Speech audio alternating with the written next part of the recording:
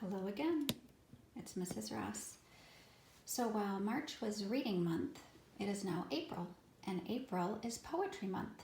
So I'm just going to read you a couple poems from Shel Silverstein's Where the Sidewalk Ends. So I hope you enjoy them.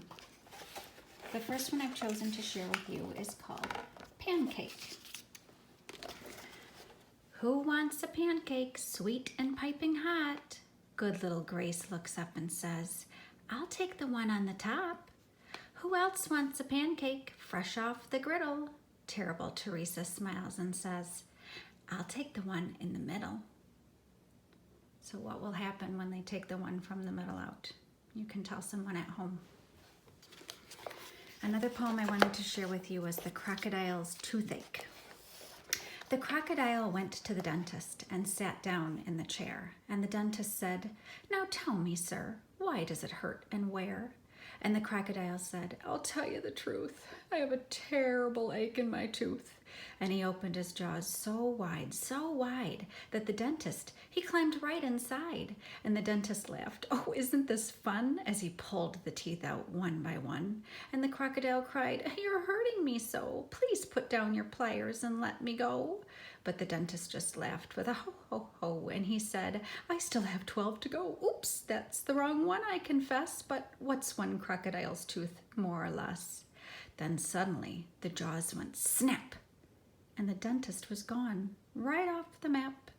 And where he went, one could only guess, to north or south or east or west. He left no forwarding address. But what's one dentist, more or less? This is Sarah Cynthia Sylvia Stout would not take the garbage out. So how many of you have the chore of taking the garbage out? And sometimes we just don't want to do that chore, do we? So let's see what happens when we don't take the garbage out. Sarah Cynthia Sylvia Stout would not take the garbage out. She'd scour the pots and scrape the pans, candy the yams and spice the hams, and though her daddy would scream and shout, she simply would not take the garbage out. And so it piled up to the ceilings, coffee grounds, potato peelings, brown bananas, rotten peas, chunks of sour cottage cheese. It filled the can, it covered the floor, it cracked the window and blocked the door with bacon rinds and chicken bones, drippy ends of ice cream cones, prune pits, peach pits, orange peel, gloppy glumps of cold oatmeal, pizza crusts and withered greens, soggy beans and tangerines, crusts of black-burned buttered toast, grizzly bits of beefy roasts. The garbage rolled on down the hall. It raised the roof. It broke the wall.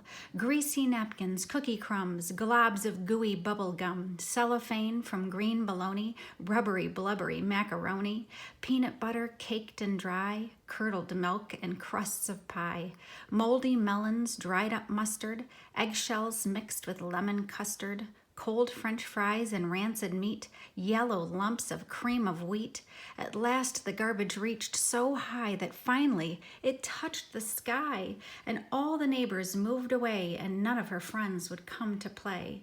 And finally Sarah Cynthia Stout said, Okay, I'll take the garbage out. But then, of course, it was too late.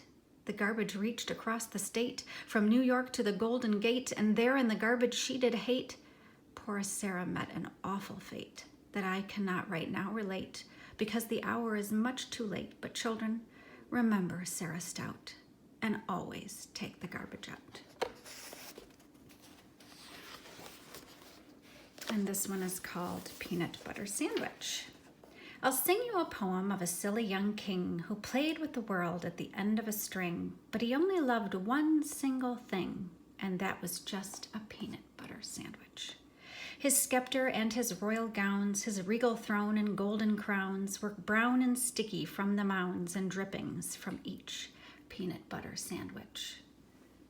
His subjects all were silly fools, for he had passed a royal rule that all that they could learn in school was how to make a peanut butter sandwich.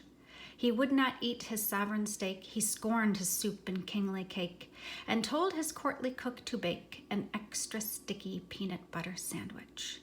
And then one day he took a bite and started chewing with delight, but found his mouth was stuck quite tight from that last bite of peanut butter sandwich.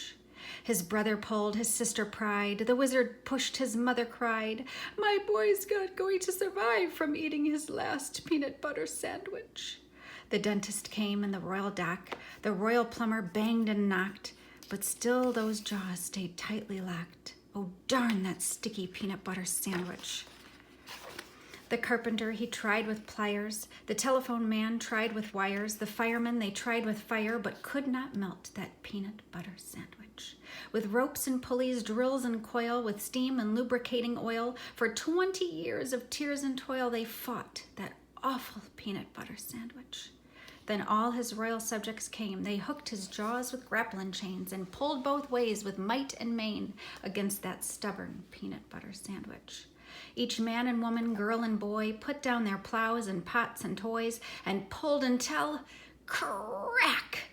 Oh, joy! They broke right through that peanut butter sandwich.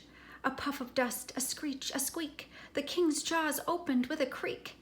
And then in a voice so faint and weak, the first words that they heard him speak were, how about a peanut butter sandwich?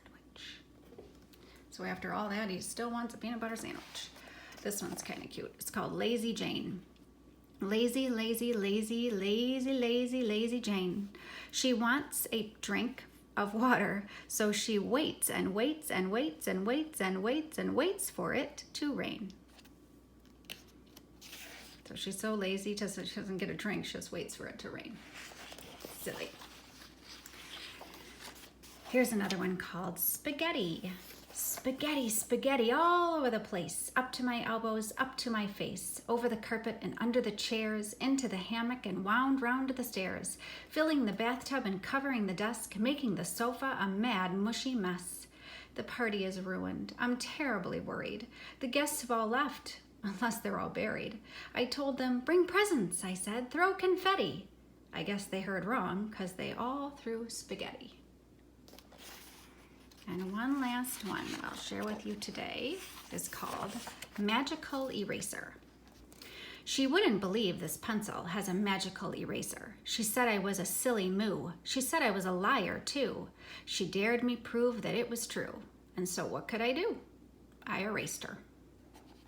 And there's still part of her right there. So those are kind of silly poems Shel Silverstein has written. Many books, and I'll share some more poems from another one of his books tomorrow. But I hope you will enjoy some poetry to celebrate April is Poetry Month. Bye.